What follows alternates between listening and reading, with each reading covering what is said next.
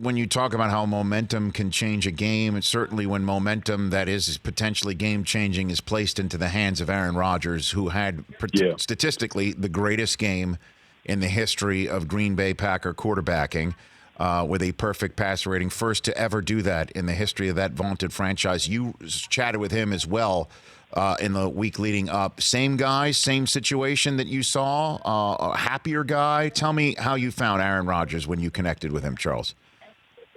I did, man. He seemed like a guy, to use one of his words, relax.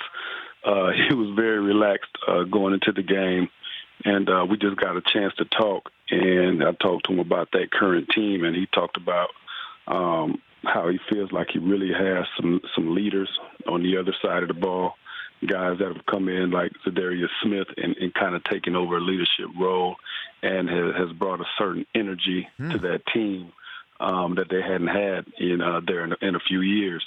And, he really kind of harped on that. And he said that's really been the game changer for that team. He said he's, much more comfortable in the offense with Matt LaFleur. Their relationship is starting to gel, and he's starting to understand the offense better each and every week. And I think you kind of saw that on Sunday. And, after the game, I asked him an obvious question, because the last time, I think it was the Cowboys week, he said the Cowboys game was his best game. And so I asked him after the game, I said, hey, man, was this your best game? And, he kind of gave it that look like, yeah, this was my best game. So yeah, man, he's feeling good, especially with, how the defense has carried the team, so to speak, to this point. But he's feeling dangerous right now. And I think he's the worst quarterback in the league that you want to feel dangerous. Certainly, when you say that he thought his best game was Dallas's, and even admitted this one was better than that, he didn't have Davante Adams for either of them. So this is not even the ceiling, right, Charles? Would you agree with that? Could you repeat that for me, Rich? That neither of those games, Dallas or the one that you just witnessed, Davante Adams was playing in neither. So this is not even the ceiling. Would you agree with that for them?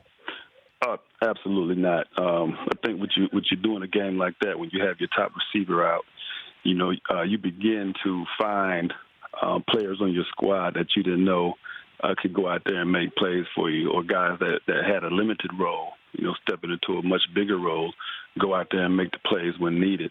Davante, we know he's a number one wide receiver, but when he's not there, what do? You spread around and you look for other guys. We also talked about the importance of Aaron Jones and him being a big key for that offense to get things going. And he was another guy that had a spectacular catch in the first quarter of the game, where he had to find the ball in the end zone, turn around one way, and then had to turn the other way to catch the ball. So he's an important part of that offense. But, yes, those young receivers stepped up.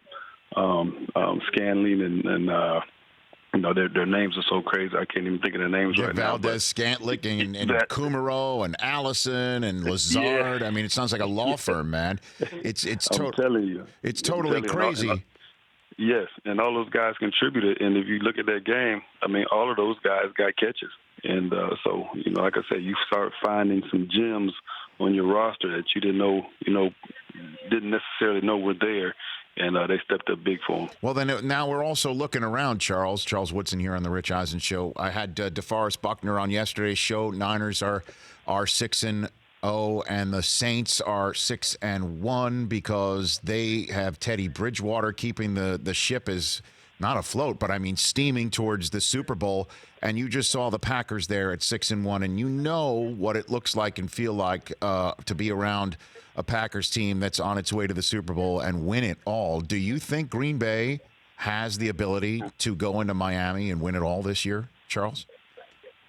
I think without question. I think with the Green Bay Packers having a defense right now playing the way it's playing, having guys up front that can pressure the quarterback and, be able to get to him and throw offenses off in that way. Have secondary, have young players like Kevin King, who's come up with another fourth quarter interception to stop a drive, a big play.